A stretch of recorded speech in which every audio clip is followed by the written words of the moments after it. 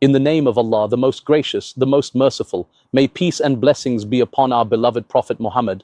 Many people ask, why are there so many groups in Islam, even though Muslims worship only one Lord? And that is Allah, the Almighty. And they also have only one Prophet whom they follow. That is our beloved Prophet Muhammad, peace and blessings be upon him. And they have only one book to which they adhere. That is the unaltered Quran. The answer is relatively simple because there is a fundamental principle. Whoever deviates from this principle will never be able to follow the right guidance. On the contrary, he will be led astray. And this simple fundamental principle is that Muslims are instructed and called upon to understand the Quran and the Sunnah, the two primary sources of Islam, in accordance with the understanding of the Salaf, the rightly guided predecessors. Whoever adheres to this fundamental principle will, without a doubt, be able to follow the right guidance. Whoever distances themselves from this fundamental principle will never be able to follow the right guidance. And Allah affirms this in His unaltered Quran by telling us, if all people believe as you do, O Sahaba, you were the rightly guided predecessors, the companions, you were the ones addressed at that time directly in the Quran. If all people believe as you, the Sahaba believe, then they will be rightly guided. And this means that the Sahaba, that is the Salaf, the virtuous predecessors, the rightly guided predecessors, are the standard for guidance. In another verse, Allah the Almighty tells us, and the forerunners, the first among the emigrants and the helpers. This also means that these are the rightly guided predecessors. And whoever follows them in the best way, Allah is pleased with them and they are pleased with Allah. Here Allah praises the rightly guided predecessors, but also those who follow their path.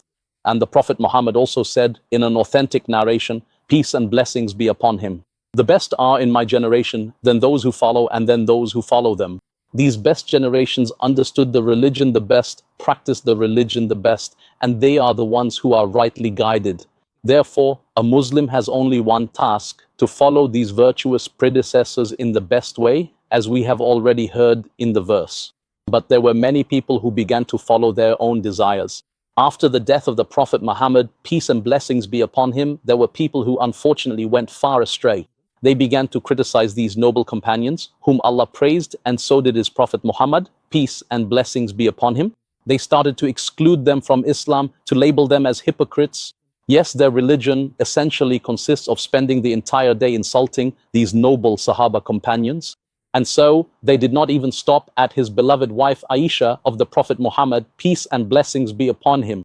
Others who also went astray began to unjustly exclude Muslims from Islam and to shed their blood.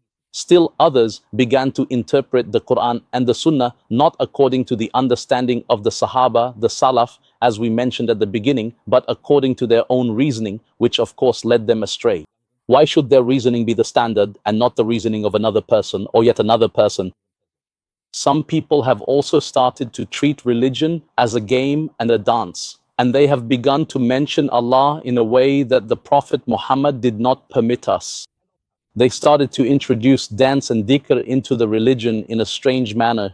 Still others have tried to understand the Quran without considering the Sunnah as a fundamental source, even though it is precisely the Sunnah that explains the Quran. And so we have many different groups that have gone astray because they did not follow the simplest basic principle. May Allah always keep us on the right guidance. Wassalamu alaikum wa rahmatullahi wa barakatuh.